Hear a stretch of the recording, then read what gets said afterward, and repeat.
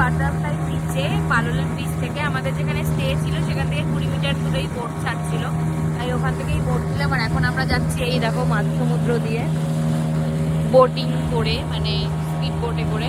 তো কোথায় ফার্স্টে যাচ্ছি সেটা দেখাচ্ছি। বাটারফ্লাই, হানিমুন বিচ সবই দেখবো, আর ডলফিন দেখতে পারলে সেটাও দেখাবো। এখন দেখাচ্ছে দেখো টার্টল রক, এই যে এই শেপটা যেটা দেখতে পাচ্ছ এটা দেখো টার্টলের মতন।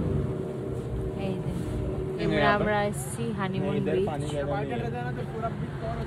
এখানে হানিমুন বিচ নাম কারণ হচ্ছে এখানে ফরেনাররা এসে থাকতো স্টে নিয়ে, কিন্তু এখন জঙ্গল হয়ে গেছে বলে আর স্টের কোনো ব্যবস্থা নেই, জাস্ট এসে স্নান করে চলে যাওয়া যাবে। এটা বাটারফ্লাই বিচ কেন বলছে দেখো শেপটা, এই যে এরকম উঠে গেছে, এরকম উঠে গেছে পাখা।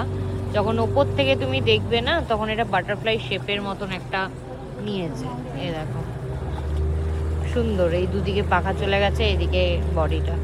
বাটারফ্লাই বিচে যেহেতু জলটা অনেকটাই গভীর, তো তার জন্য এখানে সুইম করা অ্যালাউড না। হানিমুন বিচে আর এই যে বোট করে আসা হচ্ছে না, এই বোটটা একটা বিচেই দাঁড়াবে, আইদার হানিমুন বিচ নয়তো বাটারফ্লাই বিচ। তো সবাই যেটা বলবে ওরা সেটাই শুনবে।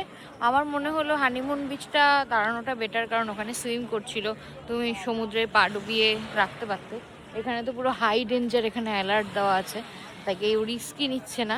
হানিমুন বিচটা আগে দেখায়, তারপরে দেখায় বাটারফ্লাইটা। তো যদি মানে আমার ভিডিও দেখে কারোর ইচ্ছা হয়ে থাকে প্লিজ হানিমুন বিচেই বলো সবাই মিলে, কারণ বোটের ড্রাইভার সবাই যেটা বলবে সেটাই শুনবে, আর যারা নতুন আসছে তারা তো কিছু বলার সুযোগ পাবে না। তুমি আগে জেনে থাকলে তুমি বললে, তুমি গেনার।